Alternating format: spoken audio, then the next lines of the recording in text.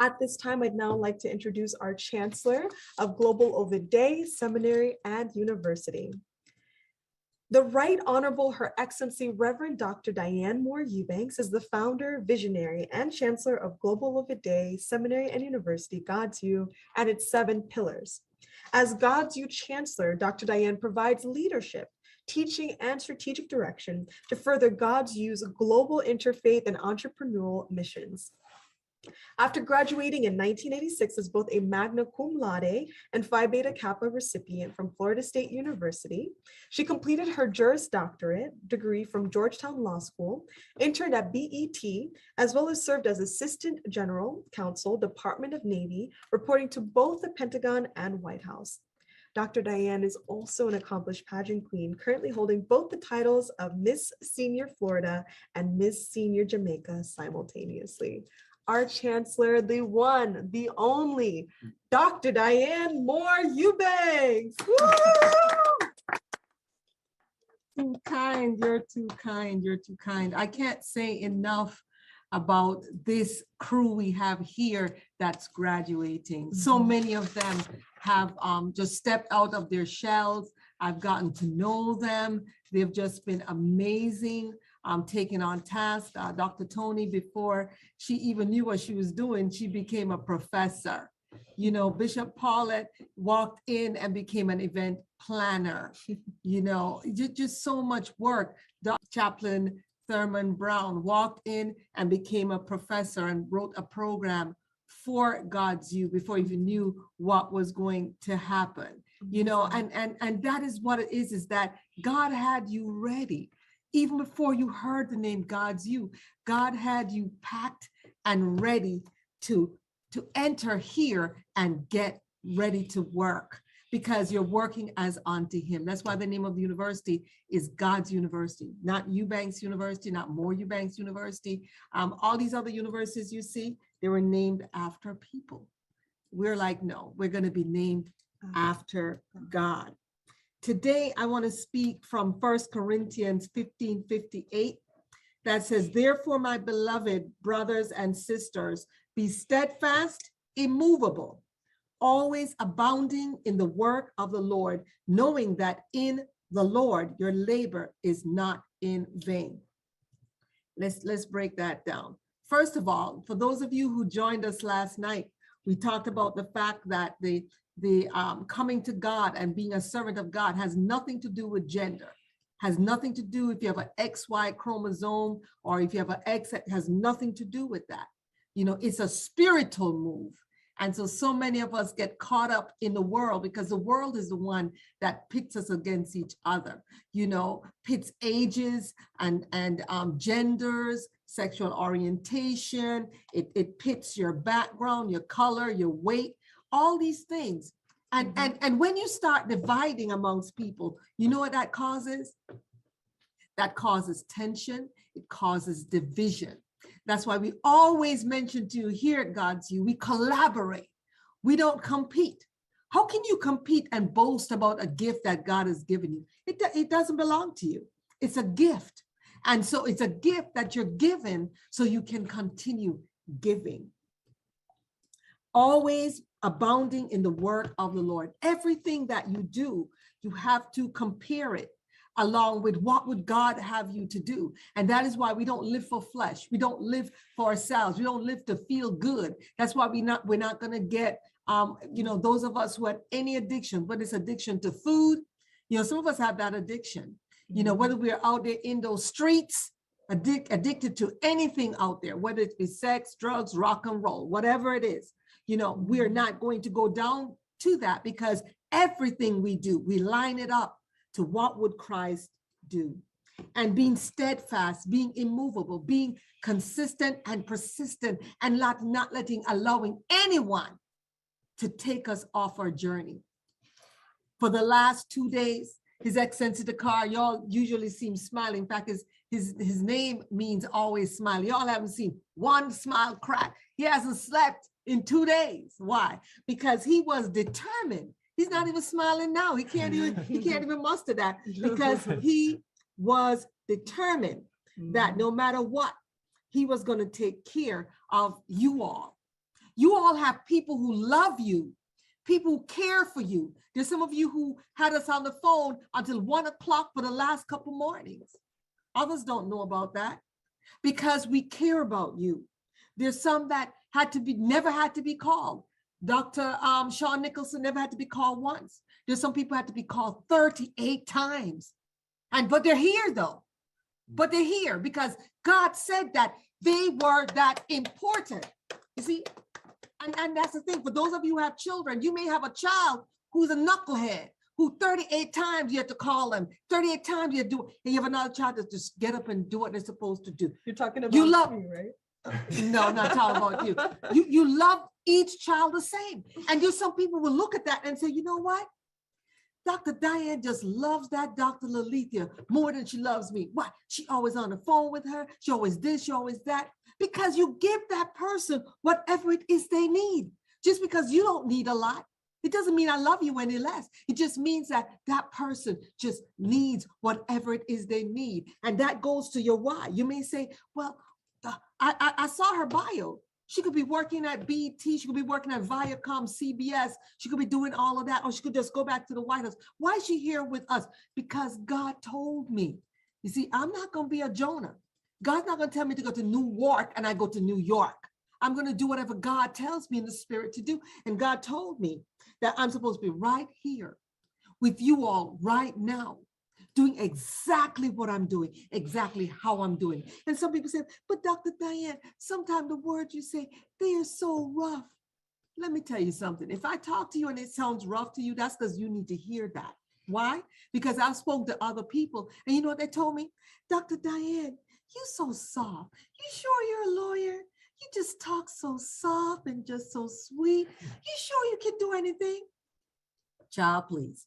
The bottom line is that if you move in the spirit, if you move in obedience and you do exactly what God tells you to do, how he tells you to do it, wondrous things have happened. I've said this, that when I was growing up in Jamaica, and I stayed in Jamaica until I was 19 years old, they told me, at least that's what generally, is that you're too dark, you're too skinny, you don't look good, and just all these negative things.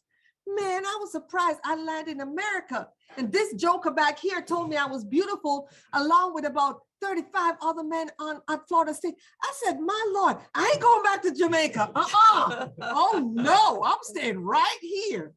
They like this skinny dark girl. I'm gonna stay right here. You know what I mean? So sometimes our perception depends on who we're around. Because if you're in one space and you were told that you don't look this way, you're not enough, and whatever, you stay in that space, you're going to be limited. You see, when God told me to move to the US, I was like, my entire family's in Jamaica. I don't have any support here. Why would I move here? But if I stayed there and kept doing what I was doing, I wouldn't have met this joker, and these other jokers wouldn't come around. So you see what I'm saying? So a lot of times things may not make good logical sense, but if God puts you on a path, you have to move on that path. And that is why the first thing I want everyone to keep doing every day is pray for your why. And you may say, well, I got my why. Dr. Tony said she got her why, but it kept changing. This is the third time she's on a different why. Why? Because God told her to move. If not, I wouldn't be here with her. And I love her completely. And I would not have met her. You know, I would not have met my husband if I'd not been obedient. Now, let me make this plain, because some people come from Jamaica and they say, oh, thank God for America. If it wasn't for America, I wouldn't have this or that. Child, please. For me, if I'd stayed in Jamaica, I'd be wealthier. Yeah, they'll still call me not so good looking, but I'd be wealthier because I would have had the foundation of my entire family support. I wouldn't be in a strange country where I didn't know anybody, which is where I am now. Well, now I have like 11,000 or 12,000 people before I just press a button, but I came here without that, is what I'm saying. Mm-hmm.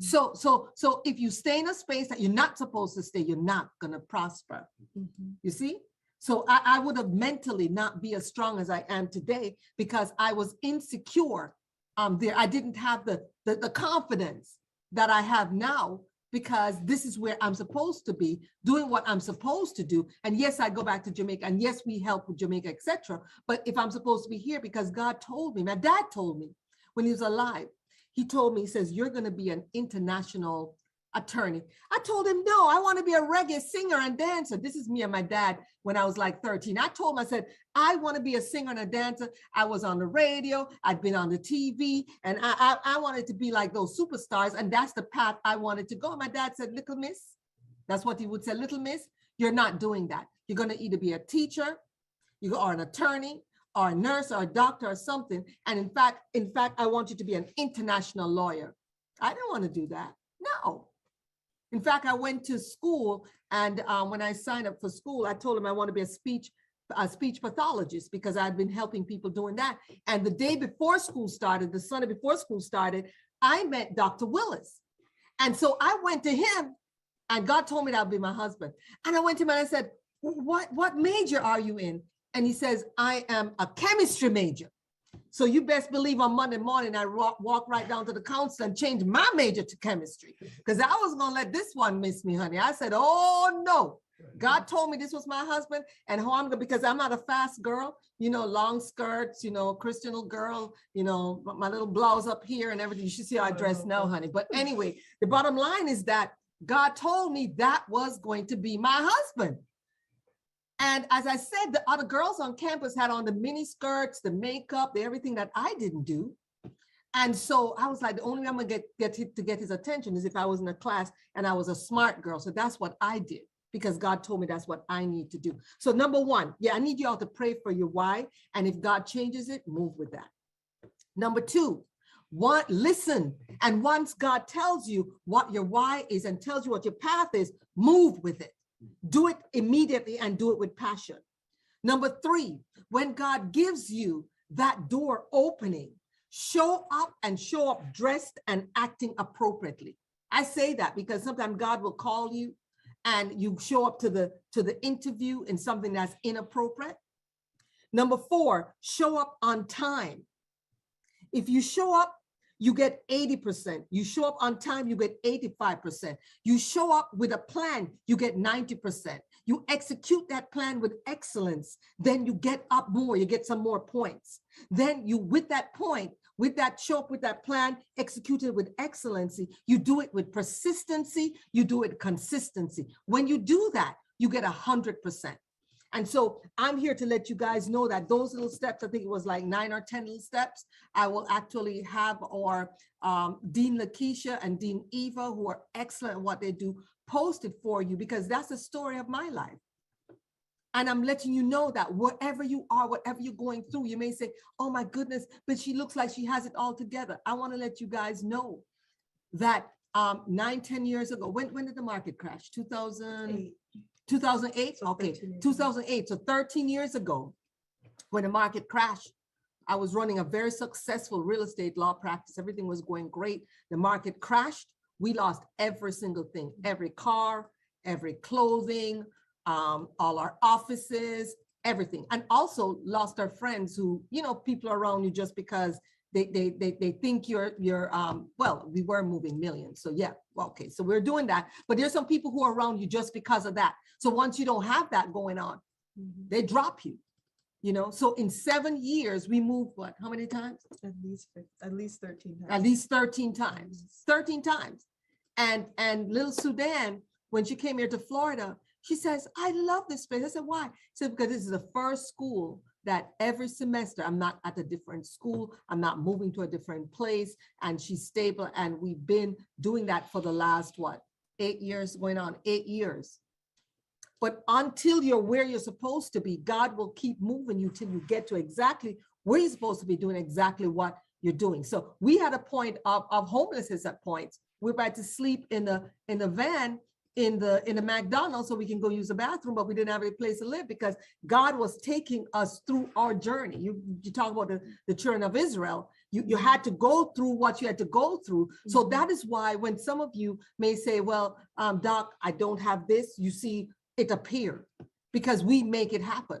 Those who had to make up their extra time after all the makeups were done and they had to pay for it, we paid for part of it because I understand what it's like not having money to even eat food. I understand what that is.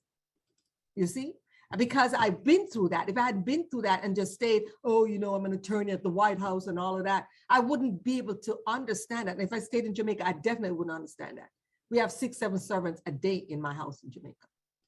So that would not have been a problem. So I had to be here, go through what I had to go through so I can understand and empathize with others. So when I see others going through a journey, I feel it in my heart because I've been there by choice. And so when God told me, okay, I need you to open Global Over Day Seminary and University, or Her Excellency Cairo came up with the name, but God had told me that that's what I needed to do. Mm-hmm. That's when I went to Jamaica and said, okay, I'll sell some property so I could have the money to start. So don't get me wrong. It's not that I never had any money. God just told me that this is a journey I needed to go through, and I didn't need to do anything until he told me what I needed to do and when I needed to do it. And so people were like, well, why would you go through all of that if you had funds? But God didn't tell me to touch those funds. See, you have to move in obedience even if you're suffering. You see? You can't just do whatever you want to do. You see, God said, I need you to open this university. I need you to, but I'll tell you when. Until then, don't touch that. You must be obedient. So some of you going through some things right now, whether it's health-wise, whether it's financial-wise, whether your kid's hard head, don't want to listen, whatever the case is, go to God. And whatever he tells you to do, listen and then move on it. Or as Nike says, just do it.